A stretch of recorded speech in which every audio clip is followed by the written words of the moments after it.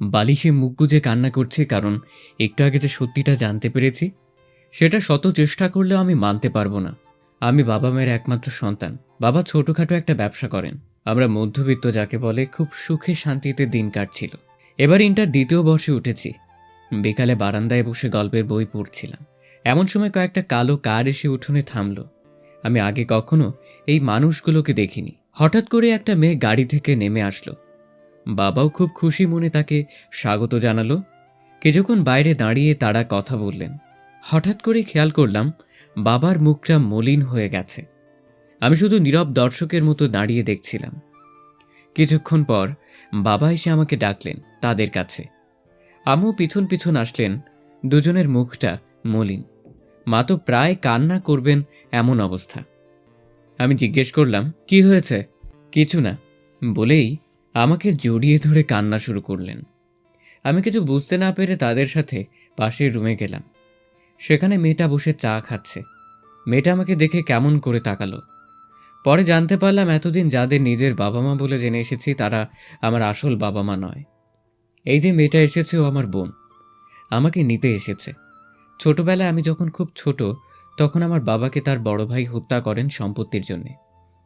তখন আমার দুই বোন বিদেশে পড়তে চলে যায়, আর আমাকে রেখে যায় এই দুজনের কাছে। তাদের কোনো সন্তান ছিল না, তাই তারাও আমাকে রাখতে রাজি হয়। আজ বোনেরা দেশে ফিরে এসেছে, এসেই আমাকে নিতে এসেছে। আমি সবার সামনে চিৎকার করে বললাম, এতক্ষণ যত কথা এখানে হয়েছে আমি কিছুই বিশ্বাস করি না। আর এতদিন যখন এই মানুষগুলোকে নিজের বাবা মা হিসেবে মেনে এসেছি, তাহলে আজও এদেরই আমার বাবা মা হিসেবে মানি। আর তোমাকে আমি আমার বোন হিসেবে মানি না। বলেই রুমে এসে দরজা বন্ধ করে শুয়ে কাঁদছে। কেন আমার সাথে এমন হলো? যাদের এতটা ভালোবাসলাম, নিজের একমাত্র বাঁচার অবলম্বন জানলাম, তারাও আজ আমার সাথে বেইমানি করলো। ওইদিকে সবাই দরজা ধাক্কাচ্ছে, কিন্তু তার সেদিকে খেয়াল নেই। বাধ্য হয়ে দরজা খুলে মেয়েটি আসলো। এসে দরজা বন্ধ করে দিয়ে বলল, প্লিজ ভাই, চল আমার সাথে। আজ এত বছর পর আমরা তোকে নিতে এসেছি। তোর বাড়ি আছে, গাড়ি আছে, সব আছে। তুই চল আমাদের সাথে। বিশ্বাস কর, আমরা তোর নিরাপত্তার কথা ভেবে এখানে রেখে গিয়েছিলাম। তুই তখন খুব ছোট্ট ছিলি। আমার বাড়ি গাড়ি কিছুই লাগবে না, আর আমি তোমাদের চিনি না। চলে যাও এখান থেকে। বলেই বেরিয়ে আসলো। দরজার সামনে আম্মু দাঁড়িয়েছিল।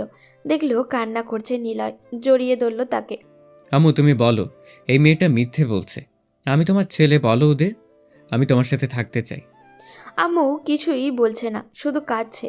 একই কথা আব্বুকে বললেও সেও চুপ। একটু পর আব্বু এসে বলল, বাবা, আমাদের উচিত ছিল তোমাকে আগ থেকে এসব জানানোর, কিন্তু তোমার লালন পালন করতে গিয়ে আমরা নিজের সন্তানের মতো তোমাকে রাখছি, যার কারণে তুমি এতটা কষ্ট পাচ্ছ। বিশ্বাস করো বাবা, আমরা তোকে কষ্ট দিতে চাইনি। নিলয় বাবার পায়ে ধরে বলল। বাবা আমি যাব না। কিন্তু মা এসে বলল, যদি তাদের সাথে না যায় তাহলে তার সাথে কোনোদিনও কথা না বলতে। নিলয় বুঝতে পারল বাবা মার কষ্ট হলেও কিছু করার নেই। রুমে গিয়ে চারপাশে হাত বোলাতে লাগলো। কত স্মৃতি জড়িয়ে আছে এই রুমের। কখনো ভাবেনি এটা ছেড়ে যেতে হবে। দেখতে দেখতে যাওয়ার সময় হয়ে গেল। সবাইকে বিদায় জানিয়ে মনে পাহাড় সমান অভিমান নিয়ে প্রিয় এলাকা ছেড়ে চলে গেল। জানি না কেমন হবে আগামীর জীবন। পথে বোন অনেকেই কথাই বলল। নিলয় চুপ করে বসেছিল। দেখতে দেখতে বাড়ি চলে এলো সুবিশাল এক রাজপ্রাসাদের মতো। এসে কোনো কথা না বলে দাঁড়িয়ে আছে। হঠাৎ করে একটা মেয়ে এসে জড়িয়ে ধরল। তারপর জানলো ও তার আরেক বোন তিশা। দুই বোন তাকে নিয়ে ভেতরে গেল। 8-9 জন কাজের লোক সালাম দিল। সে শুধু উত্তর দিয়ে চুপ করে দাঁড়িয়ে আছে। সবার মুখে হাসি, কিন্তু তার ভিতরে কেউ হাতুড়ি দিয়ে বাড়ি দিচ্ছে। দুজন ধরে নিয়ে গেল একটা রুমের মধ্যে। তার কয়েকটি ছবি দেখলো। অনেক বড় রুম, সাথে বারান্দাও। তার ছোটবেলার ছবি দেখে সে নিজেই চিনতে পারছিল না। দুজনেই নানান বিষয় প্রশ্ন করছে, বাট নিলয় এখনো চুপ। সে থাকতে না পেরে বলল, প্লিজ আপনারা একটু বাইরে যান, আমাকে একটু একা থাকতে দিন। দুজনেই চুপচাপ বেরিয়ে গেল। নিলয় বারান্দায় বসে আকাশের দিকে তাকিয়েছিল কতক্ষণ সেও জানে না। কেন জানি কিছুই ভালো লাগছিল না। পকেটে হাত দিয়ে দেখলো ফোনটা ফেলে এসেছে। রাত 8টা বাজে। রুমে কেউ একজন নক করছে। দরজা খুলে দেখলো সেই দুইজন। বলল, কি হয়েছে? চুপচাপ হাত ধরে নিয়ে গেল একটা রুমে। ভাই, আমি জানি তুই আমাদের উপর রাগ করে আছিস, এটা স্বাভাবিক। কিন্তু তুই জানিস না, ওই শয়তানের বাচ্চা আমাদের বাবা মাকে খুন করে বাবার কোম্পানি দখল করে তোকেও মেরে ফেলতে চেয়েছিল। কারণ বাবার সব সম্পত্তি আমরা 3 ভাই বোনের নামে রেখেছিল। তাই তো নিরাপত্তার কথা ভেবে আমরা তোকে ওনাদের কাছে রেখে এরকম পালিয়ে বিদেশে চলে যাই। বিশ্বাস কর, প্রতিদিন আমরা তোর খোঁজ নিতাম। তুই প্লিজ আমাদের উপর রাগ করে থাকিস না। আমাদের একসাথে আমাদের বাবা মায়ের মৃত্যুর প্রতিশোধ নিতে হবে। এরপর নিলয়কে নিয়ে একটা ছবির সামনে দাঁড় করালো। তাদের ফ্যামিলি পিক ছবিটা দেখে তারও যেন মনের ভিতরে অজানা এক আগুন জ্বলে উঠল। তাকিয়ে দেখলো দুজনেই কান্না করছে। নিলয় চোখ মুছে দিল দুজনেরই, আবার জড়িয়ে ধরে কান্না করে দিল। এরপর ছোট আপু তিশা বলল, চলো এবার খেতে যাই। এরপর টেবিলে গেল দুজনে। প্রায় যুদ্ধ শুরু করেছে তাকে খাইয়ে দিবে বলে। এভাবে রাতটা কেটে গেল। পরদিন সকালে উঠে নাস্তা করে বাড়ির ছাদে আসলো। অনেক বড় ছাদটা, কয়েকটা ফুল গাছও চারপাশে। দাঁড়িয়ে চারপাশটা দেখছিল। হঠাৎ তার চোখটা আটকে গেল এক মায়াবিনীকে দেখে। মেয়েটি তার বারান্দায় দাঁড়িয়ে কফি খাচ্ছে। নিলয় এক দৃষ্টিতে তাকিয়ে আছে। হঠাৎ তার দিকে চোখ পড়তে ইশারায় জানতে চাইল কি। নিলয় কিছুটা বলে চলে আসলো। এসে রুমে বসে আছে। বড় আপু আসলো। নিলে কি করছিস ভাই? কিছু না, বসে আছি। চল, একজন তোর সাথে দেখা করতে আসছে। সে কিছু বলেনি, পিছন পিছন আসলো। দেখলো একজন মধ্যবয়স্ক মহিলা বসে আছেন।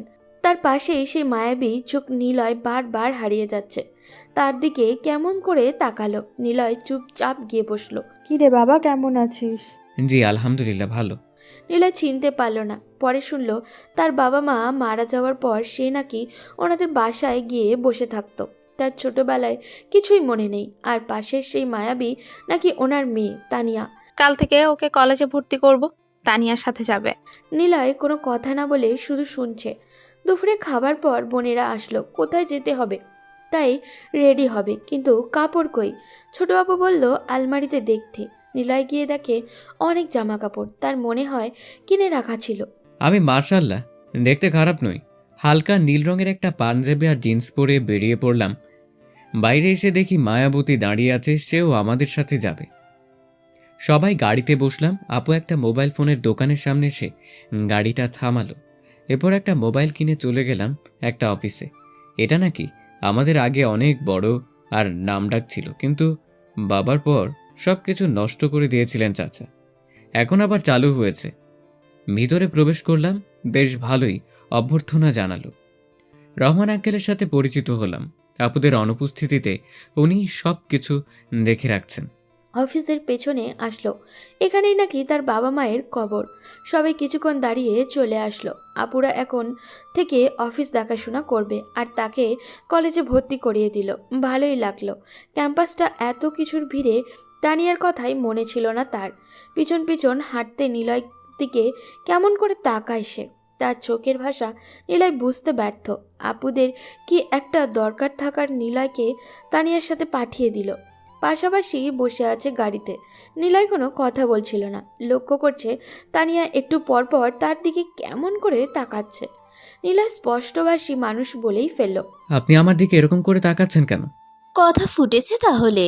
কি? এতক্ষণ তো বোবা ছিলি। আচ্ছা, তোর কি সত্যি ছোটবেলার কিছু মনে নাই? না। আর আপনি তুই তুকারি করছেন কেন? বিষ করছি, কি করবি? নিলয় আর কোনো কথা বলল না। বাসায় ফিরে ফোন টিপছে। ছাদে দাঁড়িয়ে তখন হঠাৎ করে কফি খেতে ইচ্ছা করলো। বাসায় সব সময় নিজেই কফি করে খেত, তাই কিচেনে চলে গেল। তাকে দেখে রহিম ভাই মানে কাজের লোক এগিয়ে এলেন। ছোট ভাই, তুমি এখানে কেন? আমাকে ডাকলেই তো পারেন। না না ভাই, আমি কফি বানাতে এসেছি, তুমি কাজ করো। আপনি যান, আমি করে পাঠিয়ে দিচ্ছি। নিলয় কোনো কথা না বলে ছাদে চলে আসলো। এসেই মায়াবতীর সেই স্নিগ্ধ রূপ দেখল। তাকে দেখে ইশারায় কিছু একটা বলল। সে বুঝতে না পেরে জিজ্ঞাসা করলো। পিছন দিক থেকে কারোর আসার শব্দে ফিরে তাকালো। দেখলো বড় আপু আসছে, হাতে 2টা কফির মগ। কিরে, কি করিস? কিছু না, এমনি দাঁড়িয়ে আছি। মন খারাপ? নিলয় চুপ হয়ে গেল। সত্যি বলতে বাবা মায়ের কথা খুব মনে পড়ছে তার। কখনো তাকে নিজের ছেলের চেয়ে কম ভালোবাসেনি। কিরে, কি হলো? আঙ্কেল আন্টির কথা মনে পড়ছে? নিলয় এখনও চুপ। আর মন খারাপ করতে হবে না, ওনারা কাল তোকে দেখতে আসবে। নিলয় লাফ দিয়ে আপুকে জড়িয়ে ধরল। এই ছাড়, কফি তো ঠান্ডা হয়ে গেল। তারপর দুজনে কফি খেয়ে রুমে চলে আসলো। পরদিন সকাল সকাল উঠে গেল, কলেজে যেতে হবে তাই রেডি হচ্ছিল। তখন আপুরা এসে কথা বলে তারাও অফিসে যাবে, তাকে তানিয়ার সাথে যেতে বলল। সেই নাকি তার সাথে একই ক্লাসে পড়ে। নিলয়ের মনের মধ্যে অজানা এক আনন্দ কাজ করছে, তার আর প্রকাশ করলো না। বেরিয়ে পড়ল, সিঁড়ি বেয়ে নামছিল, তখনই চোখ আটকে গেল তার মায়াবতীকে দেখে। কালো একটা ড্রেস পরেছে, পুরাই পরি লাগছে তাকে। কিছুক্ষণ তাকিয়ে থাকার পর ওর সাথে চোখাচোখি হয়ে গেল। নিলয় চোখ নামিয়ে নিল, কেমন করে তাকাচ্ছে ও। নিলয় কিছুটা লজ্জা পেয়ে গেল। তারপর তাড়াতাড়ি করে দুজন বেরিয়ে পড়ল।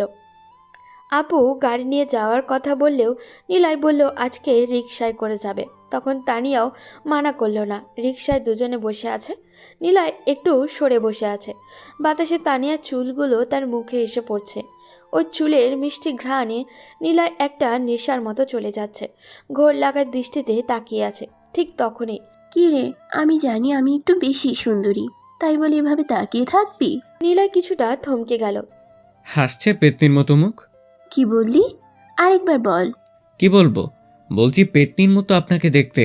তানিয়া এগিয়ে এসে তার কলারটা ধরল। নিলয় কিছুটা অপ্রস্তুত ছিল এটার জন্য। দেখুন, আমরা রিকশায় আছি আর রাস্তার মানুষেরা কিরকম করে তাকিয়ে আছে আমাদের দিকে। এখানে সিন ক্রিয়েট করবেন না। তাকিয়ে আছে তো আমার কি, তবে ছাড়তে পারি দুইটা শর্তে। কি? প্রথম শর্ত, আমাকে তুই অথবা তুমি বলতে হবে। আপনি শুনলে নিজেকে কেমন জানি বুড়ি বুড়ি লাগে। আর দ্বিতীয় শর্ত হচ্ছে বিকালে আমাকে নিয়ে ঘুরতে যেতে হবে। কোনোটাই আমি মানতে পারবো না, কারণ আমি অপরিচিত কাউকে তুমি বলে ডাকি না। আর দ্বিতীয় কারণ, বিকেলে বাবা মা আমাকে দেখতে আসবে, তাই যেতে পারবো না। অপরিচিত মানে কি শালা হারামি? ছোটবেলায় ঠিক মতো কথা বলতে পারতিস না, তখন আমাকে বিয়ে করার কথা পর্যন্ত বলে ফেলছিস, আর এখন আমাকে চিনোস না? বলে নিজের জিহ্বায় কামড় দিল। দেখুন, আমার ছোটবেলার কথা আবার মনে নাই, আর তুমি বলাটা আমি ট্রাই করতে পারি। তাহলে তুই আর আমি আজ থেকে ফ্রেন্ড। মামা এসে পড়েছি। তানিয়া দাঁত কটমট করছে। নিলয় মুচকি হেসে নেমে পড়ল। কলেজের ক্যাম্পাসে হাঁটছে নিলয়, বেশ সুন্দর। ঠিক তখনই পেছন থেকে একটা মেয়ে ডাকছিল। হ্যালো, আমি রিমা, সেকেন্ড ইয়ারে পড়ি। আপনাকে এই ক্লাসে দেখলাম, নতুন নাকি? জি, আমি নিলয়। ঠিক তখনই তাদের মাঝখানে তানিয়া ঢুকে নিলয়ের হাতটা টেনে নিয়ে চলে গেল। কি হলো, এভাবে টানছেন কেন? বাসা যাব, চল। তো এটা বললেই হয়, এভাবে টানার কি আছে? তোর তো চরিত্র নষ্ট হয়ে গেছে। প্রথম দিন এসেই মেয়েদের সাথে ফ্লার্ট করা শুরু করে দিয়েছিস। কি বলছেন এসব? আমি ওকে চিনিও না, ওই আগ বাড়িয়ে কথা বলতে আসছে। আমি অত সব বুঝি না, বাড়ি গিয়ে আপুকে বলবো। তোমাদের আদরের ভাই প্রথম দিন কলেজে গিয়েই লাইন মারা শুরু করছে। কি বলেন এসব? তাহলে চল, এখন ফুচকা খাবো। নিলয় এই জিনিসটা সহ্য করতে পারে না। সিরিয়াসলি, মেয়েরা কিভাবে এত ঝাল সহ্য করে? একবার বাড়ির পাশে মেলায় খেয়েছিল, প্রথমটা মুখে দিয়ে লাফ দেয়। এবার তানিয়ার মুখে নাম শুনেই নিলয়ের ভিতরটা শুকিয়ে গেল। এই না না, আমি সব অখাদ্য খাই না। কি বললি? আমাকে অপমান কর মেনে নিব, কিন্তু ফুচকাকে অসম্মান করলে জিভ কেটে নিব। নিলয় ভড়কে গিয়ে ওর সাথে হাঁটা শুরু করলো। তানিয়া কলেজের গেটের সামনে ফুচকাওয়ালাকে গিয়ে বলল, মামা বেশি ঝাল দিয়ে 2 প্লেট ফুচকা দেন। নিলয় ঝালের নাম শুনেই ঘেমে একাকার। না না মামা, 1 প্লেট দেন, আমি খাবো না। আমি কি তোর জন্য অর্ডার করছি নাকি? আমি একাই 2 প্লেট খাবো। নিলয় শুনে হালকা একটু ঢোক গিলল। ফুচকা এসে গেছে। তানিয়া রাক্ষসের মতো খেতে শুরু করলো, কিন্তু নিলয় হাঁ করে তাকিয়ে দেখছে। ঝালে মুখটা লাল হয়ে গেছে। এরপরেও একের পর এক খেয়েই যাচ্ছে ফুচকা। হঠাৎ নিলয়ের দিকে একটা এগিয়ে দিয়ে বলল, এই যে নিলয়, খা। এই না, আমি এসব খাই না। তোকে আজকে খেতেই হবে। বলেই জোর করে মুখে 1-2টা ঢুকিয়ে দিল। নিলয় তো মুখ দিয়ে লাফাতে শুরু করলো। তার অবস্থা দেখে তানিয়া হাসতে হাসতে নিলয় তাড়াতাড়ি পানি এনে খেতে লাগলো। যেই পানি মুখে দিল, ঝাল যেন 1000 গুণ বেড়ে গেল। এক দৌড়ে শয্যা বাসায় এসেই ফ্রিজ থেকে মিষ্টি বের করে খেতে লাগলো। অনেকক্ষণ পর ঝাল কিছুটা কমলো। রুমে এসে শাওয়ার নিচ্ছিল। টাওয়াল পরে যেই না বেরোতে যাবে, দেখে তানিয়া ওর বেডে বসে ফোন টিপছে। নিলয় আবারও ঢুকে গিয়ে জিজ্ঞাসা করলো, কি হলো, তুমি এখানে কি করো? তানিয়া হাসতে হাসতে বলল, দেখতে এলাম তোর ঝাল কমলো কিনা। কমছে। এখন বাইরে যান, আমি আসছি। কেন বাইরে যাব? বাইরে যেতে বলেছি, যান, এত কথা বলেন কেন? তানিয়া উঠে দাঁড়িয়ে দৌড় মেরে বাথরুমে ঢুকে গেল। নিলয় চিৎকার করে উঠল। নিলয় চিৎকার করার চেষ্টা করছে, কিন্তু তানিয়া মুখ চেপে দাঁড়িয়ে আছে। তার গরম নিঃশ্বাস নিলয় অনুভব করতে পারছে। কি রে, কেমন দিলাম? কেমন মানে? তুমি এখানে আসছো কেন? কেউ এসে পড়বে, প্লিজ বের হও। না, বের হব না। তানিয়া মনে মনে বলছে, ফিল্মে দেখেছিলাম ছেলেদের বুক অনেক কিউট হয়, কিন্তু এ তো পুরো কিউটের ডিব্বা। তানিয়া এগিয়ে আসছে আর নিলয় পিছনে যাচ্ছে। হঠাৎ করেই দেওয়ালের সাথে আটকে গেল নিলয়। এখন কই পালাবি বল? প্লিজ বাইরে যান। বলেই টান দিয়ে বাইরে চলে আসলো। নিলয় এসেই একটা ট্রাউজার নিয়ে পাশের রুমে চলে গেল। একটু পর তার বাবা মা চলে এলো। তাদের প্রতি চাপা একটা অভিমান কাজ করছে। রুমে বসে আছে আম্মু আসলো। কে রে, কেমন আছিস? তোমরা যেমন দেখতে চাইছিলে তেমন আছি।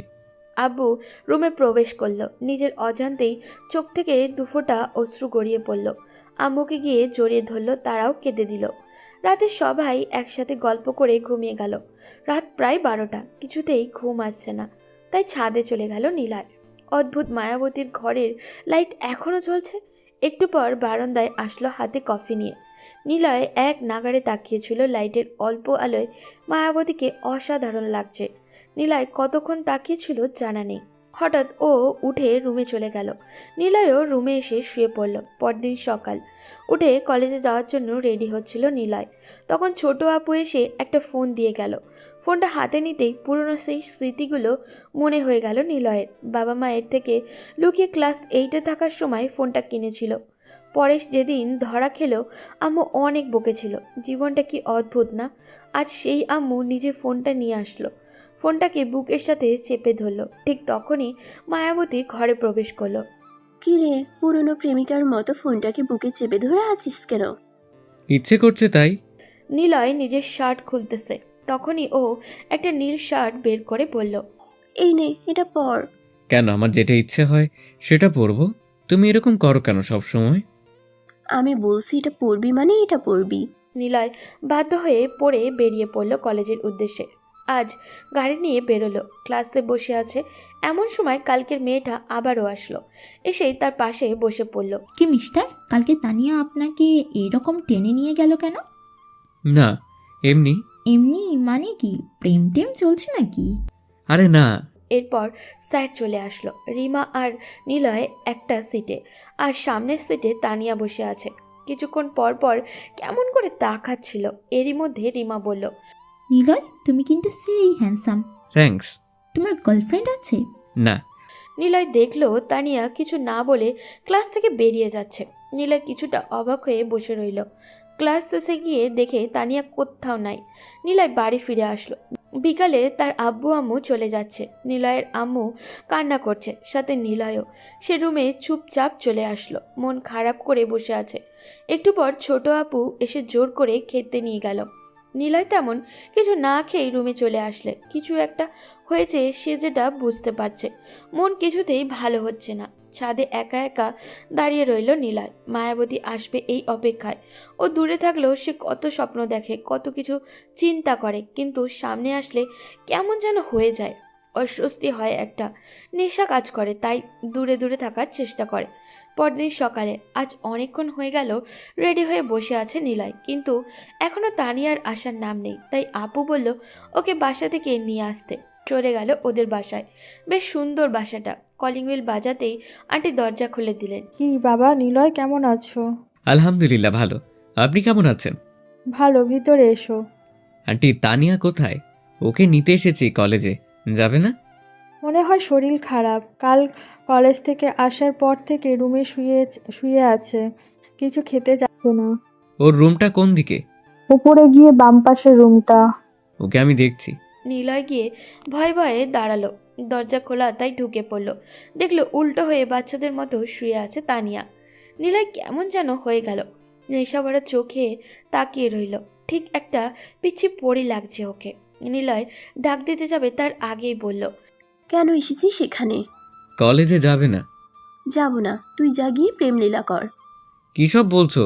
যা বলছি ঠিক বলছি। আমি আর তোর সাথে কলেজে যাব না, ব্যাস। প্লিজ বলো কি হয়েছে? আর তুমি কাল থেকে খাবার খাচ্ছ না কেন? আমার সামনে একদম ন্যাকামি করবি না। বাচ্চাদের মতো ভাবনিস কিছু বুঝো না, আর মেয়ে পাশে নিয়ে বসে তামাশা করো। শালা লুচ্চা বদমাস হারামি। দেখুন, আমাকে যা বলুন বলুন, কিন্তু আমার চরিত্র নিয়ে কথা বলবেন না। আর আমার যার সাথে ইচ্ছে কথা বলবো বসবো, তাতে তোমার কি? তানিয়া এবার টান দিয়ে নিলয়ের কলারটা চেপে ধরল। আমার কি না?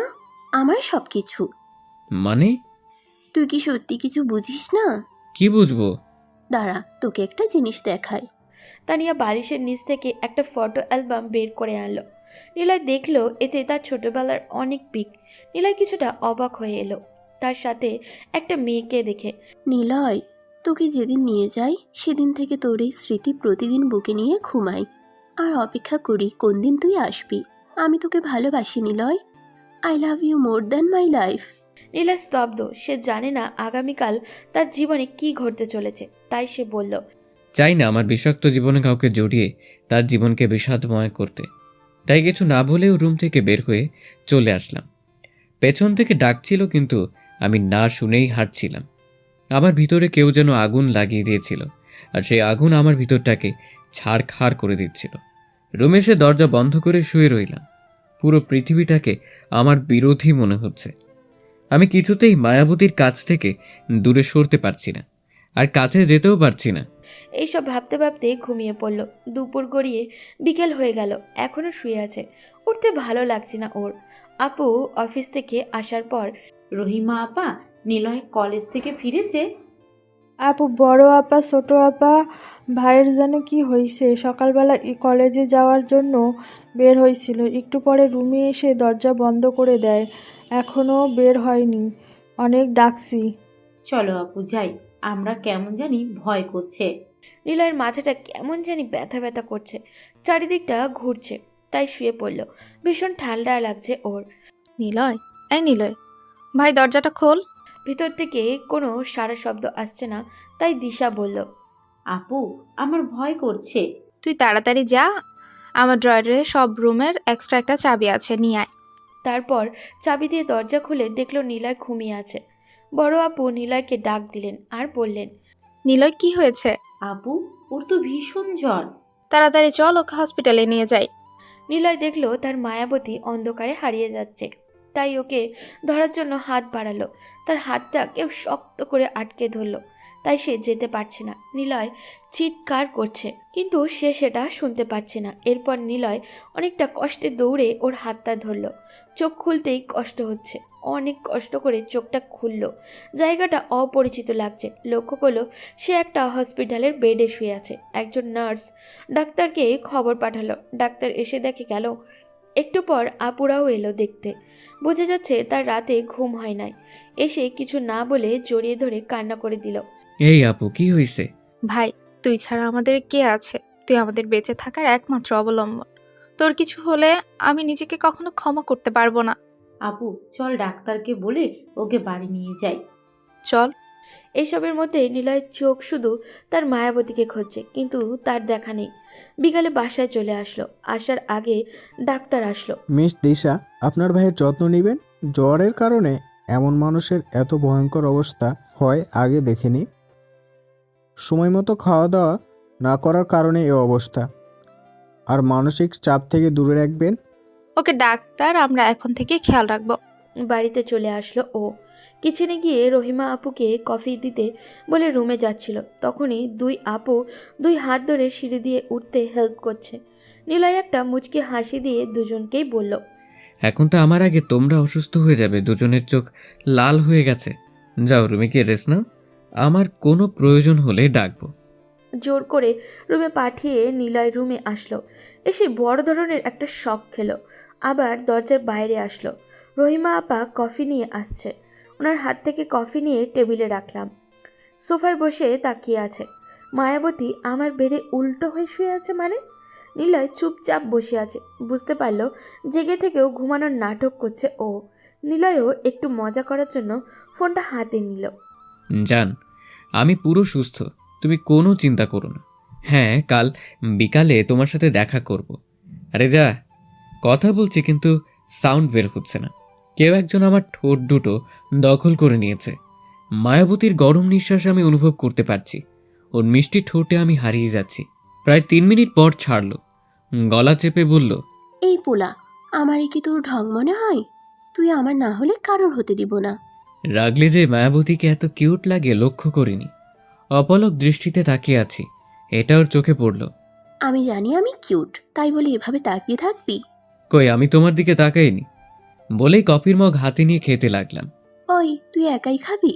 ইচ্ছে হলে নিচে গিয়ে খেয়ে নিন। না, আমি এটাই খাবো। এটা আমি অর্ধেক খেয়ে ফেলেছি। নিলয়ের হাত থেকে টান নিয়ে খেতে শুরু করে দিল। যাক, কিছুটা এনার্জি পেলাম। এবার বল, কার সাথে কথা বলছিলি? নিলয় মুখের কাছে মুখ এনে বলে, আমার গার্লফ্রেন্ডের সাথে, তাতে তোমার কি? আমারই তো সব।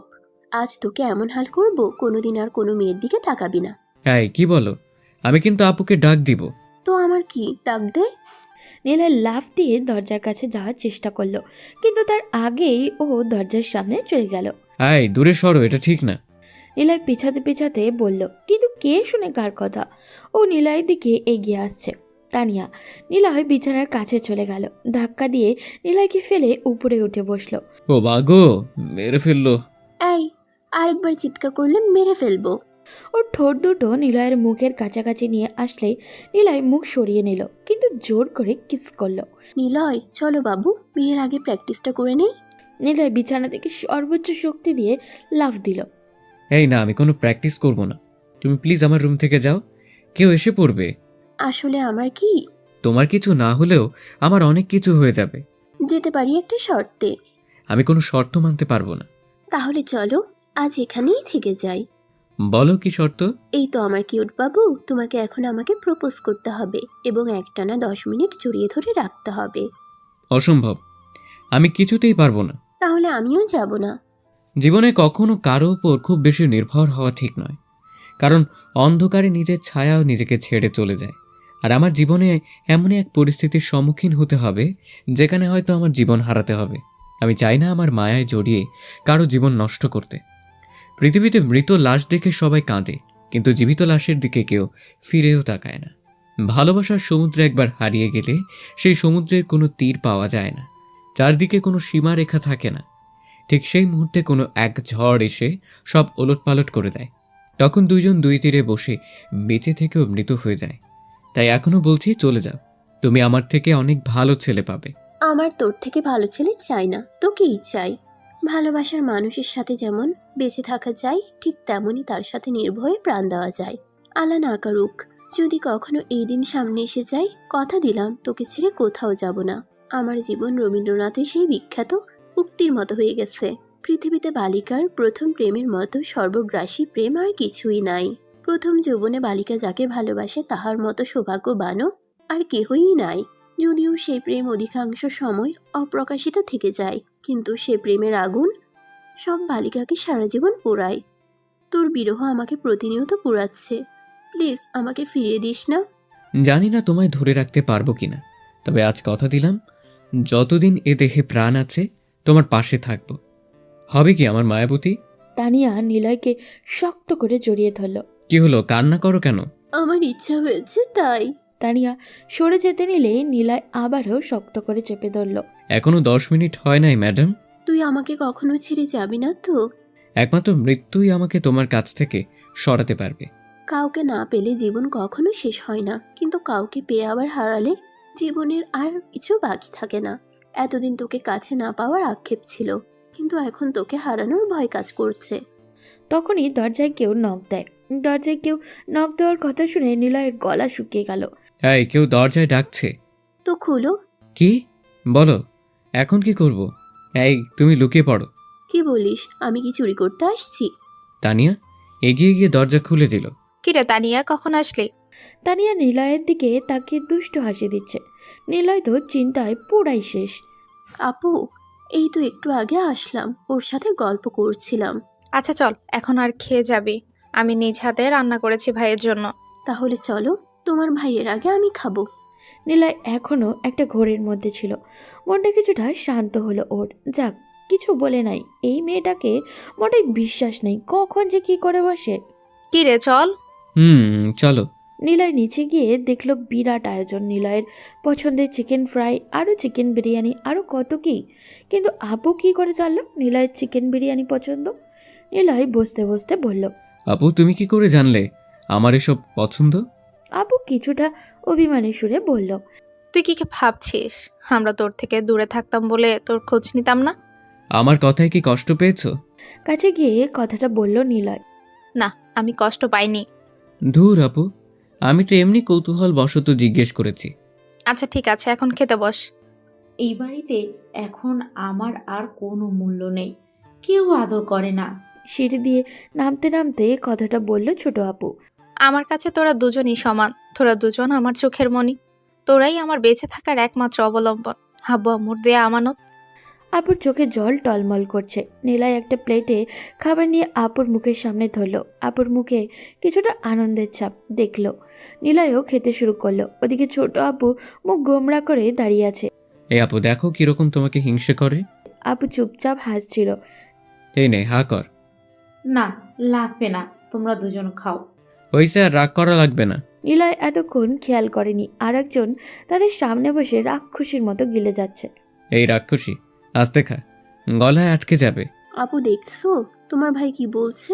নিলয়, ওর সাথে এমন করছিস কেন?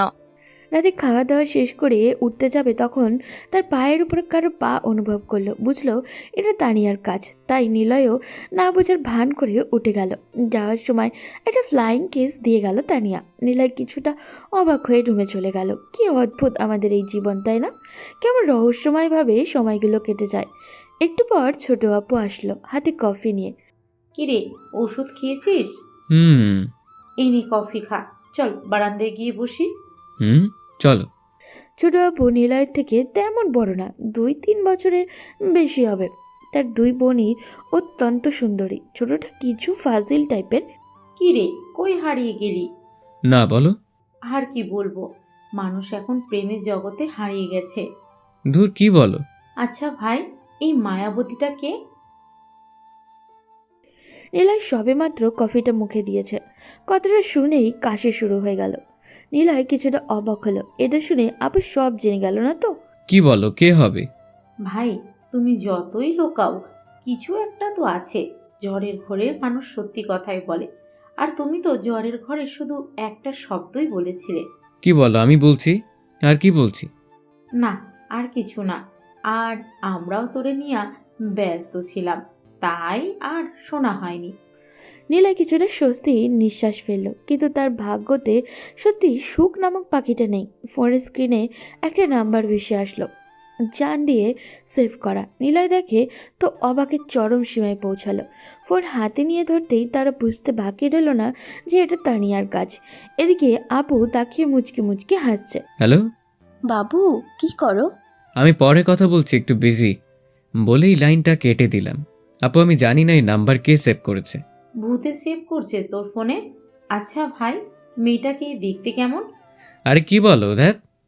বলে উঠে চলে গেল বড় আপুকে খুঁজতে। কিন্তু নাই, কোথাও পড়ে নাই। দেখলো রুমটায় যেখানে আব্বু আম্মু থাকতেন তাদের স্মৃতি যে রুমের কোনায় কোনায়। তার পিছু পিছু ছোট আপুও চলে আসছে। দুজনে দরজার সামনে গিয়ে দাঁড়ালো। আব্বু আম্মু ফটোতে হাত বোলাচ্ছে। আব্বু আম্মু, তোমরা আমার কাছে ভাই বোনকে আমানত হিসেবেই রেখে গিয়েছিলে। আজ দেখো তারা কত বড় হয়ে গেছে। আমি তোমাদের আদর ভালোবাসা একটু হলেও পেয়েছি, কিন্তু ওরা তো তাও পায়নি। বিশ্বাস করো, আমি সর্বোচ্চ চেষ্টা করেছি। তারা পিছনে গিয়ে দাঁড়ালো। আপু বুঝতে পেরে চোখ মুছে পিছনে তাকালো। কিরে, তোরা কখন আসলি? নিলয় আর ছোট আপু দুজনেই চুপ, এক দৃষ্টিতে তাকিয়ে আছে। ফটোটার দিকেই নিলয়ের মনের ভিতর কেন জানি তোলপাড় হচ্ছে। মনে হচ্ছে ছবির মানুষগুলো নিলয় তাদের দিকে টানছে। আমাদের তিনজনকে অনেক পথ পাড়ি দিতে হবে, প্রতিশোধ নিতে হবে, কঠিন প্রতিশোধ।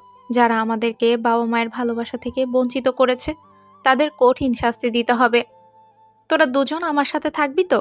নিলয় আপুকে শক্ত করে জড়িয়ে ধরল। আমার শরীরে একটা রক্তবিন্দু যতদিন থাকবে ততদিনই তোমার পাশে থাকবো। আপুকে ধরে নিয়ে রুমে শুইয়ে দিল।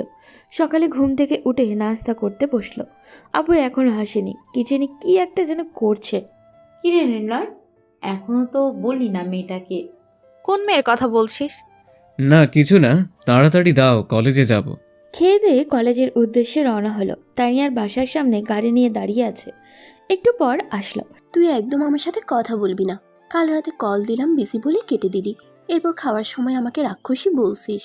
কোথায় আমি রাগ করবো উল্টো উনি রাগ করছেন। আমি কি করছি?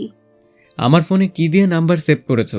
কালকে কল দিয়েছো, আপুর সাথে ছিল, আমাকে এখন সকাল বিকাল জিজ্ঞেস করছে। মেয়েটাকে ভালো করছি। এখন আপুকে গিয়ে আমি বলবো। কি বলবা? বলবো তুই আমাকে ভালোবাসিস, আমাকে বিয়ে করতে চাস। আমি কখন বললাম? আর আপুরা আমার থেকে বড়, আগে তাদের বিয়ে হবে এরপর আমার। আচ্ছা এসব বাদ দে, চল ফুচকা খেতে যাই। অসম্ভব, আমি জঘন্য জিনিস কখনো খাবো না। কি বললি? তোকে খেতেই হবে। পারবো না, ইম্পসিবল। তানিয়া জোর করে গাড়ি থামিয়ে ফুচকাওয়ালার কাছে যায়। নিলয় গাড়িতে বসেই আছে। অনেকবার ইশারা দিচ্ছে কিন্তু নিলয় নড়ছে না। এরপর ও হাতে নিয়ে চলে আসলো গাড়িতে, এসেই খাওয়া শুরু করেছে। নিলয় চুপচাপ বসে দেখছে। মুখটা কেমন জানি লাল হয়ে চোখ দিয়ে পানি পড়ছে। এরপরেও টপার টপ গিলে যাচ্ছে। নিলয় হা কর। অসম্ভব। হা করতে বলছি। জোর করে নিলয়ের মুখে ঢুকিয়ে দিল একটা।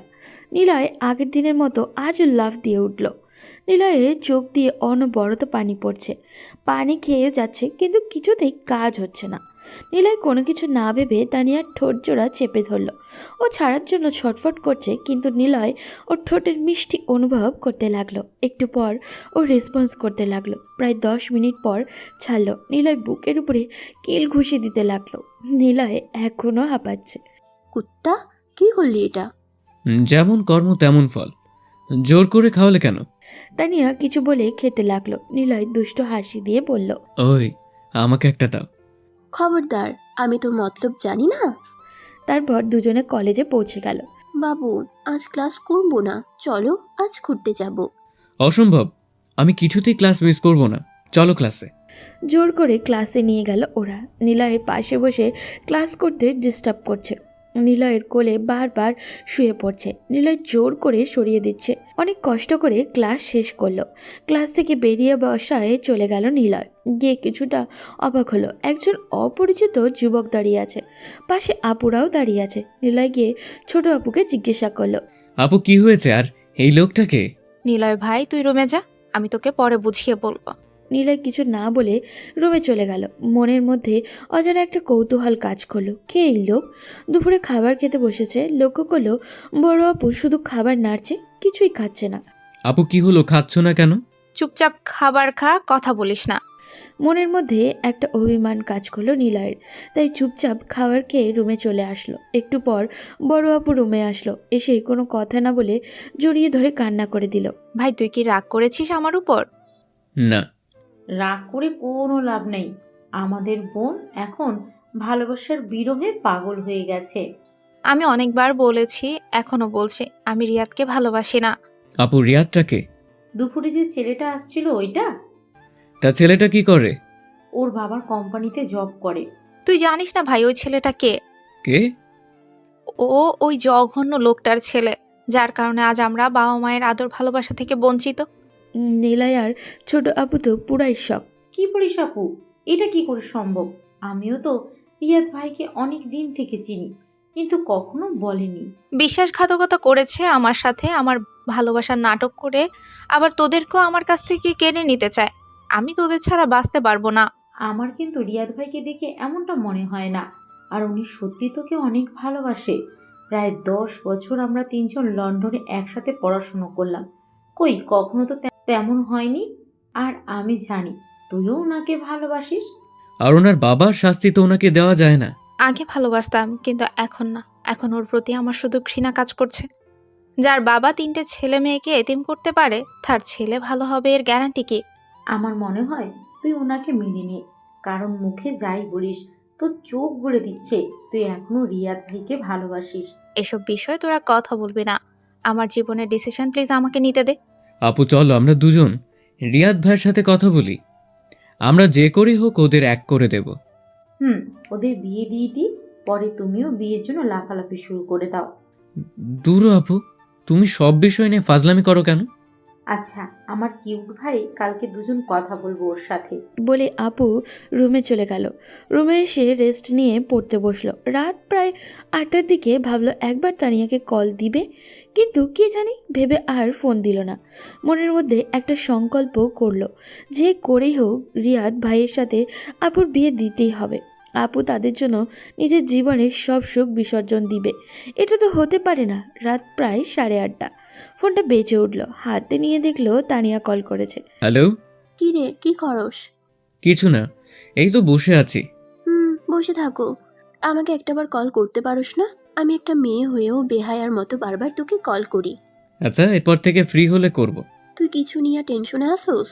তুমি কেমনে বুঝলা? সেটা তোমাকে বুঝতে হবে না, মনের মধ্যে টান থাকলে সব বোঝা যায়। তোর প্রতি আমার টান আছে, তাই আমি বুঝি। ও তাই?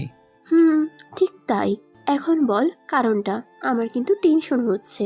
নিলয় আপুর বিষয়টা খুলে বলল। আচ্ছা, কোনো হেল্প লাগলে বলিস, আমি করব। আচ্ছা ঠিক আছে। নিলয়, বলো। তোকে না খুব দেখতে ইচ্ছে করছে। আমারও। এই আমিও দিন দিন লুচ্চা বেটা হয়ে যাচ্ছি। সত্যি তোর আমাকে দেখতে ইচ্ছা করছে? তাহলে তো আজ রাতেই দেখা করতে হয়। কিভাবে? রাতে খাবার পর কল দিস, সব বলবো। ওকে। এখন একটা পাপ্পি দে। কিভাবে দিব? শালা, তুই সত্যি একটা আনরোমান্টিকের ডিব্বা। ফোন দে, আমি ফিল করছি। ওকে। বাহ বাহ। আপু, তুমি? তা কাকে কিস করা হচ্ছিল? কাকে কিস করব? আমি ফোনটা শ্বাস দিয়ে পরিষ্কার করছিলাম। বুঝি, সব বুঝি। এখন তাড়াতাড়ি খেতে চল। নিলয় আর কথা বাড়ালো না। টেবিলে গিয়ে দেখলো বড় আপু নেই। আপু, বড় আপু কোথায়? তার নাকি খেতে ভালো লাগছে না, পরে খাবে। কি হলো আবার? তুমি খাবার নিয়ে রুমে চলো। চলো। তোমরা এক একজন প্রেমের লাইলি মজনু হবা, আর আমি চাকরের মতো খাটবো। তাহলে তুমিও প্রেম করো। তাহলে স্বীকার করলি তুই প্রেম করস? বল না ভাই, মেয়েটা কে? ধুর, আমি কথার কথা বললাম। হইছে, চল এখন। গিয়ে দেখলো আপুর রুমে শুয়ে আছে, দরজা খোলা। আপু, এই আপু। আপু লাফ দিয়ে উঠলো। তাদের দেখে চোখের পানটা লোকানোর ব্যর্থ চেষ্টা করলো। চোখের পানি লুকালে যদি সব সমস্যার সমাধান হয়ে যেত, তাহলে কবেই আমরা সুখী হয়ে যেতাম। কোথায় কি লুকালাম? এসব কথা পরে হবে, এখন খেয়ে নাও। ভালো লাগছে না? তোরা খেয়ে নে, আমি পরে খাবো। না, আমি তোমার হাতেই খাবো। আমিও নইলে আমরাও আজ খাবো না। তাদের কথা শুনে বড় আপু মুচকি হেসে খাবার প্লেটটা হাতে নিল। তিনজনে খাবার খেয়ে বসে আছে। তোরা সবসময় হাসি খুশি থাক, এটাই আমার চাওয়া, আর কিছুই চাই না। আর আমরা কি চাই জানো? কি চাস? আমরা চাই যাতে আমাদের সুখের জন্যে আমাদের বোন যাতে নিজের সুখ বিসর্জন না দেয়। তোরা যেটা চাচ্ছিস সেটা কিছুতেই সম্ভব নয়। আচ্ছা, এসব বাদ দাও, এখন সবাই ঘুমোতে চলো। নিলয় রুমে এসেই তানিয়াকে কল করলো। কি রে, খাওয়া শেষ? তুমি খেয়েছো? এইমাত্র খেয়ে আসলাম। তুই এক কাজ কর, আমাদের বাসার নিচে আয়। এখন? আয়। নিলয় ভয়ে ভয়ে বাড়ির গেট পার হয়ে ওদের বাড়ির নিচে গেল। হ্যালো, আমার ভয় করছে। তুমি কোথায়? এই, তুই কি পুরুষ মানুষ নস? কেন, আমাকে দেখে কি তোমার মহিলা মনে হয়? তুই আমার রুমের নিচে আয়। আসছি এখন। দেখ, ব্যালকনির সাথে একটা মই আছে, ওইটা দিয়ে উঠ। নিয়ে গিয়ে ব্যালকনির গ্রিল দিয়ে উঠলো। হঠাৎ পা পিছলে পড়ে যেতে নিলে কেউ শক্ত করে ধরলো। কি রে, এইটুকুতেই পড়ে গেলি? তা কি করব? চোরের মতো কোনোদিন গ্রিল বেয়ে উঠেছি? হইছে, এখন রুমে আয়। নিলয় রুমে গেল। টেবিলের উপর ব্ল্যাক কফি রাখা, মনে হয় কিছুটা খাইছে। নিলয় হাতে নিয়ে খেতে লাগলো। কি রে, তুই আমার কফি খাচ্ছিস কেন? সেদিন তুমি আমার খাইছো, আজ আমি তোমার খেলাম। ওইটাতে কিন্তু আমি থুতু দিছি। আমার ওসবে কিচ্ছু হয় না। ভালোবাসার মানুষের দেওয়া বিষও মধু ভেবে খাওয়া যায়। ওই, তোর কি জ্বর টর হয়েছে? হঠাৎ করে এত রোমান্টিক হয়ে গেলি কি করে? আমি সবসময় রোম্যান্টিক, শুধু তোমার চোখে সেটা পড়ে না। হয়েছে, আর ভাব নিতে হবে না। কি বললে তুমি? আমি ভাব নেই? যাও, আমি চলে যাচ্ছি। কি হলো, আমার নিলয় বাবু অভিমান করছে? আমি কারো বাবু না। ওলে, বাবুটা দেখে অভিমান করছে। এসো, তোমার অভিমান ভাঙিয়ে দেই। আবার ওসব শুরু করছো? তোর এই সমস্যা, কিছু করার আগেই লাফানো শুরু করস। আর কিছু করলে তো কি না কি করবি। কথা বলতে বলতে তানিয়া নিলয়ের একদম কাছে চলে আসছে। লক্ষ্য করলে ও রহস্যময়ভাবে নিলয়ের মুখের দিকে তাকিয়ে আছে প্রায় 3 মিনিট পর। কি হলো, এভাবে তাকিয়ে আছো কেন? তোকে দেখি আমার পিচ্ছি নিলয় কত বড় হয়ে গেছে। তুমি মনে হয় ছোট রয়েছো। একটা আবদার করি, রাখবি? কি বলো? তোর শার্টটা খোল দূর, কি বলো? প্লিজ বাবু, খোল না, মাত্র একবার। অসম্ভব। তোকে আসলে রিকোয়েস্ট করে কোনো লাভ নাই, আমার জিনিস আমি যা ইচ্ছে করব। তানিয়া জোর করে নিলয়ের শার্টের বোতামগুলো খুলে ফেলল। এই কি করছো? চুপচাপ দাঁড়িয়ে থাক। ওয়াও, কি? তোর বুকের ডান পাশের ওই তিলটা, ছোটবেলায় আমি কতবার তোর ওইটাতে কিস করছি। তোর এই তিলটার কারণেই জানোস কত কিউট লাগে। বুঝছি, এখন সরো, অনেক রাত হয়েছে, আমি ঘরে যাব। যাবি, এর আগে আমি আমারটা আদায় করে নিব। কি বলো এসব? তানিয়া কোনো কথা না বলে ওর মুখটা নিলয়ের বুকের কাছে নিয়ে আসলো। নিলয়ের হার্টবিটটা বেড়ে যাচ্ছে। তানিয়া তার বুকের ডান পাশের তিনটাতে গভীরভাবে চুমু খেলো। নিলয় আবেশে চোখ বন্ধ করে জড়িয়ে ধরল। হুঁশ ফিরতেই ওকে ধাক্কা দিয়ে শার্টের বোতামগুলো লাগিয়ে যেদিকে আসছিল সেদিকেই নেমে যেতে লাগলো। ওই সাবধানে, পড়ে যাবি। রুমে এসে কিছুতেই ঘুম আসছে না ওর। চোখ বন্ধ করলেই সেই মুহূর্তটা চোখের সামনে ভেসে উঠছে নিলয়ের। পরের দিন সকালে ঘুম থেকে উঠতে কিছুটা লেট হয়ে গেল তার। তাড়াতাড়ি রেডি হয়ে নিল। নিচে গিয়ে দেখলো ছোট আপু প্রায় রেডি। তোরা দুটা কই যাস? না আসলে ভাই আমাকে নিয়ে আজ রেস্টুরেন্টে খাওয়াবে, তাই বলেছি হালকা ঘোরাও হবে। আচ্ছা, তা আমাকে তো বললি না কি নিলয়? আসলে না আপু, আমি এলাকাটা পুরো চিনি না, তাই ভাবলাম একটু হাঁটাহাঁটি করে আসি। আচ্ছা, সাবধানে যাস আর দুপুরের আগে বাড়ি ফিরে আসিস। ওকে আপু। তারা বেরিয়ে পড়লে একটা রেস্টুরেন্টের উদ্দেশ্যে। সে মিথ্যা কথাটাও ঠিক মতো বলতে পারে না, একটু হলেই ধরা খেয়ে যেত। কি রে ভাই, তোর টারেও খবর দে, রথ দেখা আর কলার বাঁচা দুটোই একসাথে হয়ে যাবে। কি সব বলছো? রেস্টুরেন্টে গিয়ে দেখলো রিয়াদ ভাই আগ থেকেই বসে আছে। তারা গিয়ে একসাথে বসলো। তোমরা এসেছো এতেই আমি খুশি, কিন্তু তোমাদের গুন্ডি বোন জানলে তো আস্ত রাখবে না। ছি দুলা ভাই, তোমার হবু বউকে এটা বলতে পারলা? বউ আর হতে দিলে তো। আসলে আপু, আব্বু আম্মুর বিষয়টা নিয়ে খুবই চিন্তিত, কারণ এখানে আমাদের পরিবারের নিরাপত্তার কথা জড়িত। এই বিষয় নিয়ে আমি তোমাদের সাথে কথা বলতে চাই। কি কথা? আমার বাবা আবার তোমাদের ক্ষতি করার প্ল্যান করছে। আমি চাই না নিজের পরিবারের মানুষের সাথে বেইমানি করতে। আমার ওই বাড়িতে দম বন্ধ হয়ে আসে। তাহলে এখন কি করবে?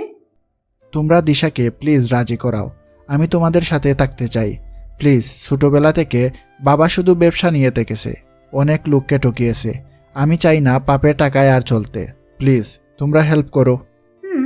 চেষ্টা করব, কিন্তু আফজাল সাহেব উনি কি রাজি হবেন? তুমি ওনার একমাত্র ছেলে, উনি তো আবার খুব সম্মানিত ব্যক্তি। ওই লোকটার মানার আর না মানার উপর কিছুই যায় আসে না। আমি আর ওই বাড়িতে ফিরে যাব না। তাহলে চলো আমাদের বাসায়। শালাবাবু, তুমি জানো না তোমার গুন্ডি বোনের জেদ সম্বন্ধে। এখন গেলে আমাকে খুন করতে পারে। আসলে তুমি আমাদের উপর ভরসা করতে পারছো না, এখন পরিস্থিতি আমাদের অনুকূলে। কিভাবে? তোমার বইয়ের সবচেয়ে বড় দুর্বলতা নিলয়। তোমার পক্ষে নিলয় বললে আপু আগুনেও ঝাঁপ দিবে, আর এটা তো সাধারণ একটা ক্ষমা। আর আপু এখনো তোমাকেই ভালোবাসে। কিভাবে বুঝলে? কাল যখন তুমি ফিরে আসলে রুমে গিয়ে সে কি কান্না। নিলয় লক্ষ্য করলো রিয়াদ ভাই কিছুটা খুশি হয়ে গেছে। প্লিজ হেল্প মি শালাবাবু। হেল্প করতে পারি, তবে আমরা দুজন আবার ফ্রিতে কিছু করি না। এই না হলে আমার ভাই, একদম আমার মনের কথা বলেছিস। কথা দিচ্ছি, আমার লাইন ক্লিয়ার হয়ে গেলে তোমাদের দুজনের ব্যবস্থা খুব শীঘ্রই করে দেব। আমরা নিজেদের ব্যবস্থা নিজেরাই করতে পারি, বেশি না। আমাদেরকে নিয়ে ভালো কোথাও ঘুরতে নিয়ে গেলে আর রেস্টুরেন্টে খাওয়ালেই হবে, কি বলিস? আসলে যেহেতু আমাকে একটু বেশি কষ্ট করতে হবে, সেহেতু সাথে একটা আইফোন হলে মন্দ হয় না। এক কাজ করি, আমার কিডনি 2টা বিক্রি করে দেই। তাহলে আমরা সাথে নাই, কি বলিস আপু? আমি কি না করেছি নাকি? চলো। এখন আবার আমাকে কত কাজ করতে হবে। তোমার বোনের রাগ ভাঙানো কি এত সহজ? এরপর তিনজন বাসার উদ্দেশ্যে রওনা দিল, কিন্তু বাসায় ঢুকতেই দিশা, কোথায় গিয়েছিলে? ঘুরতে। আপু ঠাস করে ছোট আপুর গালে চড় বসিয়ে দিল। নিলয়ের দিকেও কেমন করে তাকাচ্ছে জানি। তুমি মারলে কেন? ভাই প্লিজ, তুই এসবের মধ্যে আসিস না। আমি কতবার বলেছি আমার এসব বিষয়ে তোরা জড়াবি না। তোরা ভাবছিস তোরা আমাকে লুকিয়ে কোনো কাজ করতে পারবি? আমি এসব কি জন্য করি তোরা কি কিছুই বুঝতে পারছিস না? তোদের কিছু হলে আমি কি নিয়ে বাঁচবো? সরি আপু, আসলে এসব কিছু আমার প্ল্যানে হয়েছে, আর আমাদের সাথে আরেকজন এসেছে। রিয়াদ ভাই বসায় ঢুকলো। দিশা, আমার কথা একবার শোনো প্লিজ। তোমার সাথে আমার কোনো কথা নেই। আমি আর ওই বাড়িতে যেতে চাই না, প্লিজ আমাকে তোমাদের সাথে রাখবে। আমি তোমাকে হারাতে চাই না। বাহ, ভালোই তো নাটক শিখেছো। বাবার অসম্পূর্ণ কাজ কি সম্পূর্ণ করতে এসেছো? প্লিজ দিশা, আমার বাবার কাজের শাস্তি কেন আমাকে দিচ্ছ? আমি আর ওই লোকটার কাছে যেতে চাই না, প্লিজ আমাকে ফিরিয়ে দিও না। তানিয়া এসে এসব দেখে এক কোণে দাঁড়িয়ে রইল।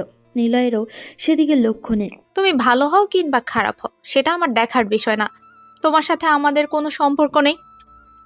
এসব আবেগ কিছুদিন হলেই কেটে যাবে। রিয়াদ ভাই গিয়ে আপুর সামনে হাঁটু গেড়ে বসে।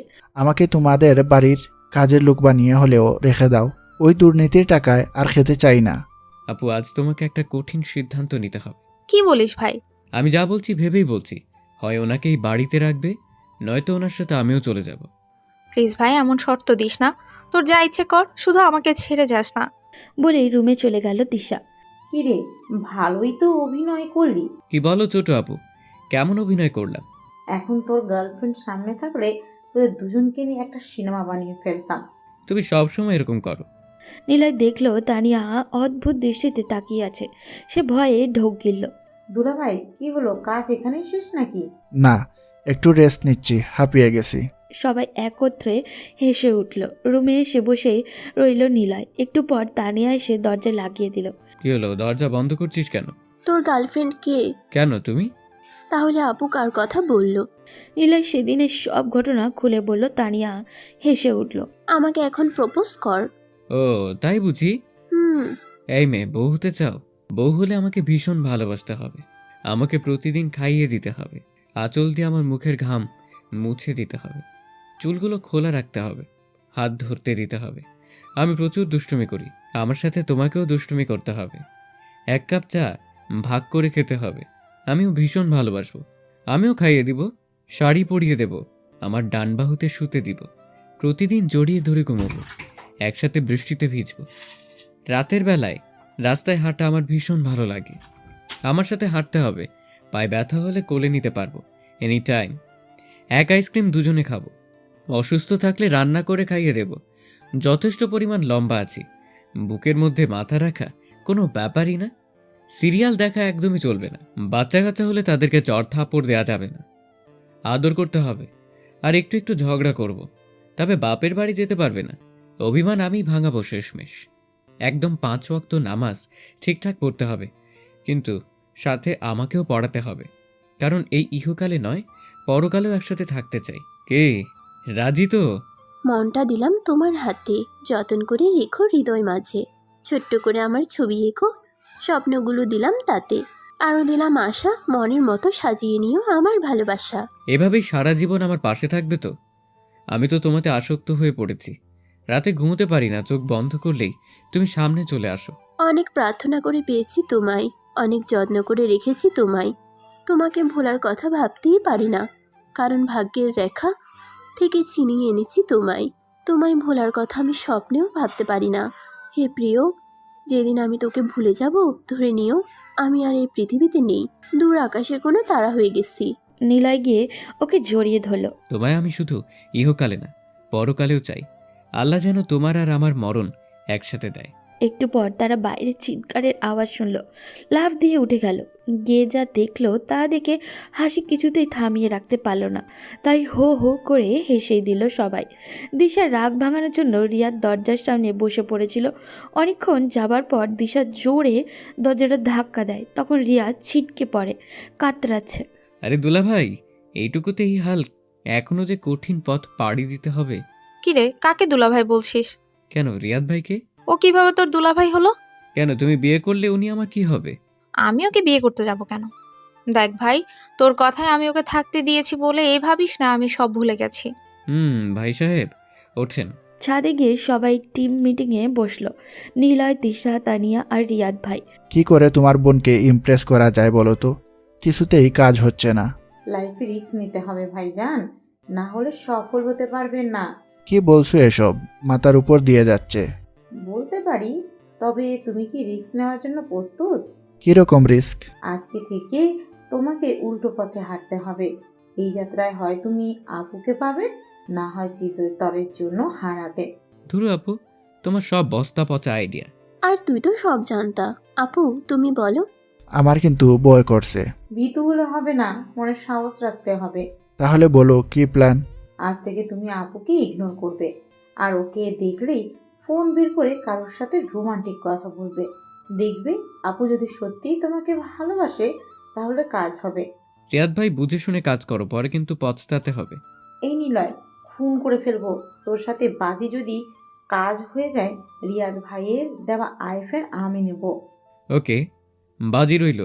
ভাইয়া আপনি ওর কথায় কান দিয়েন না। আপুর কথা মতো কাজ করেন, দেখবেন আমার মনে হচ্ছে কাজ হবে। কারণ মানুষ যত যাই করুক নিজের ভালোবাসার মানুষকে কারোর সাথে শেয়ার করে না। তাহলে চলো আমাদের নিয়ে ঘুরতে। ও তাইলে চলো। নিচে এসে আমরা সবাই মিটিমিটি হাসছি। এটা দেখে দিশা জিজ্ঞাসা করলো, কিরে নিলয়, তোরা এমন হাসছিস কেন? আজকে একটা জায়গায় যাব। কোথায় যাবি? কোনো দরকার নেই দুপুরবেলা বাইরে যাওয়ার, বিকেলে যাবি। শুধু আমি না, ছোট আপু, তানিয়া, রিয়াদ ভাই সবাই যাবে। কোথায় যাবি সেটা তো বল। তুমি তো রিয়াদ ভাইকে পাত্তা দিলে না। এখন আমরা ওর সাথে ওর গার্লফ্রেন্ডের সাথে দেখা করতে যাচ্ছি, মানে ডেটিং এ। কি কি জেলাস ফিল হচ্ছে? তোদের যেখানে ইচ্ছে যা, আমার কি। বলেই রুমের দিকে হাঁটা শুরু করলো। রিহাদ ভাই ওষুধ কাজ করা শুরু করে দিয়েছে। আমার কিন্তু এখনো ভয় করছে। তোরা দুইটা কি পুরুষ? এবার নিলয় আর থেমে থাকতে পারলো না। খবরদার, আমাদের পুরুষত্ব নিয়ে প্রশ্ন তুলবে না। ঠিক কথা শালা বাবু। এখন ঝগড়া শেষ করবে নাকি যাবে? ও হ্যাঁ, চলো। কিন্তু একটা কথা বলো তো, কে আপুকে আমাদের খবর পাচার করে? আমি জানি। চলো আজকে দেখবে এই তিশার খেল। তোমার উপরেই ভরসা প্রিয় শালী, আমার মুখে দিও না চুনকালি। সবাই হেসে বেরিয়ে পড়ল। গাড়িতে উঠতেছে তখন দিশা তাদের ড্রাইভার ইমরানকে কল করে। ইমরান ভাই, তুমি ওরা কোথায় যায় সব খবর আমাকে জানাবা। ওকে আপামনি, আপনি কোনো চিন্তা করবেন না। গাড়ি গিয়ে একটা রেস্টুরেন্টের সামনে থামলো। সবাই নেমে ভিতরে গেল, শুধু তিশা বাদে। তিশা ইমরানের কাছে গিয়ে বলল, ইমরান ভাই, তুমি 500 টাকা রাখো, কিছু খেয়ে নিও। আমরা একটা দরকারে এসেছি, ভিতরে যাব। আমি এখানেই খেয়ে নিই। আমরা এখানে একটা পার্সোনাল কাজে এসেছি, তুমি একটু বাইরে থাকো। ওকে। ইমরানের বাচ্চা, এখন দেখো তোমার কি করি। আপু, এসবের মানে কি? তোরা শুধু দেখে যা। এখন ইমরান আপুকে কল করবে, এর আগে আরেকটু খেলাটা জমিয়ে নিতে হবে। রিয়াদ ভাই, তুমি আর তানিয়া ওই কোনার টেবিলটাতে বসো, আর ব্যাগে যে ওড়নাটা এনেছি ওটা দিয়ে মুখ ঘুরে রাখবি। সবাই দিশার কথা মতো কাজ করলো। ইমরান ভাই দূরে দাঁড়িয়ে তাদের দিকে তাকিয়ে আছে। রেস্টুরেন্টের গ্লাসের ভিতর দিয়ে নিলয়ের দেখা যাচ্ছে। রিয়াদ ভাই, তুমি তানিয়ার হাতটা ধরো। আপামনি, এখানে তো আমাকে ওরা ঢুকতে দেয়নি। কেন? মনে হয় রিয়াজ স্যার কোনো একটা মেয়ের সাথে দেখা করতে এসেছে। তুমি কি করে বুঝলে? রেস্টুরেন্টের গ্লাসে দেখা যাচ্ছে রিয়াজ স্যার একটা মেয়ের হাত ধরে বসে আছে। মেয়েটার মুখ দেখা যাচ্ছে না। আচ্ছা, ওকে লক্ষ্য রেখো। ওকে। চলো, আমাদের কাজ শেষ, খবর জায়গা মতো পৌঁছে গেছে। এখন যা হবার বাড়িতে হবে। বাড়িতে যাওয়ার পর শুরু হবে আসল খেলা। ভয় ভয় সবাই বাড়ির দিকে পা বাড়ালো। ওমা, এ কি পরিস্থিতি! পুরাই স্বাভাবিক, যেন কিছুই হয় নাই। রিয়াদ দিশাকে দেখে কানে ফোনটা নিয়ে কথা বলতে বলতে রুমের দিকে যাচ্ছে। দিশাও পিছন পিছন যাচ্ছে দেখে নিলয় আর তিশা গিয়ে লুকিয়ে পড়ল। আরে জান, তুমি চিন্তা করো না, আমি তো আছি। তুমি বললে আজই তোমাকে বিয়ে করব। আপু পিছন থেকে রিয়াদ ভাইয়ের কলার চেপে ধরলো। কি হচ্ছে কি দিশা, সারো, আমি ইম্পর্ট্যান্ট কথা বলছি। আমার থেকে ইম্পর্ট্যান্ট? আজ তোকে খুন করেই ফেলবো। কেন? রেস্টুরেন্টে গিয়ে মেয়েদের সাথে ফষ্টি নষ্টি করবা আর এখানে এসে আমাকে ভালোবাসার বাণী শোনাবা? তা তো হবে না। বিশ্বাস করো দিশা, আমি শুধু তোমাকেই ভালোবাসি। আমি সব কিছু রেখে তোমার কাছে চলে এসেছি। আমি চাই না ওই পাপের রাজ্যতে আবার ফিরতে। প্লিজ তুমি আমাকে ইগনোর করো না। তোমার চোখে আকাশ আমার, তোমার চোখে বৃষ্টি, তোমার চোখে দেখি আমি ভালোবাসার দৃষ্টি। ওমা তাই? ক্ষমা করতে পারি, একটা শর্ত আছে। বলে দেখো, জীবন দিয়ে দেব। এখন সারাদিন কান ধরে উঠবোস করো। কি? কান ধরে উঠবোস করতে বলেছি, এই না বললা জীবন দিয়া দিবা। রিয়াদ কান ধরে উঠবোস করছে আর নিলয় আর তিশা দাঁড়িয়ে দাঁড়িয়ে মজা দেখছে। দেখো রিয়াদ, তোমাকে আমি একটা সুযোগ দিচ্ছি, তাই বলে ভেবো না আমি তোমার উপর নজর রাখবো না। আমার কাছে সবার প্রথমে আমার ভাই বোন। তারপর সবকিছু। যদি তোমার কারণে কখনো আমার ভাই বোন কষ্ট পায়, তাহলে সেদিন তোমার জীবনের শেষ দিন হবে। আজ তোমার সামনে কথা দিচ্ছি, ওরা আমারও ভাই বোন। ওরা বাবা মায়ের আদর ভালোবাসা পায়নি তো কি হয়েছে, আমরা দুজন ওদের আগলে রাখবো। এখন কান ছাড়ো। দিশা যেই রিয়াদ ভাইকে জড়িয়ে ধরেছে, নিলয়রাও লাফ দিয়ে উঠল। কিরে, তোরা এখানে কেন? বারে, তোমরা শান্তিতে প্রেম করবা আর আমরা আমাদের প্রাপ্যটা নিতে আসবো না? কিসের প্রাপ্য? এই যে তোমাদের মিল করতে কতটা অভিনয় করতে হলো। কিসের অভিনয়? এটা তুমি বুঝবে না বনু, ওটা আমাদের ব্যাপার। কি দুলা ভাই? বোন, তোদের পায়ে পরে আসিস। একটা রোমান্টিক মোমেন্ট দিলি তো নষ্ট করে। আমরা আমাদের প্রাপ্য না পেলে কোথাও যাব না। যাও, আজ রাতে আমার পক্ষ থেকে পার্টি দিলাম। সেইখানে আরো একটা ঘটনা ঘটবে। আজকে রাতের পার্টিতে আর কি ঘটনা ঘটবে জানতে হলে আমাদের সাথেই থাকুন, আর কমেন্ট করে জানান গল্পটি আপনাদের কাছে কেমন লেগেছে।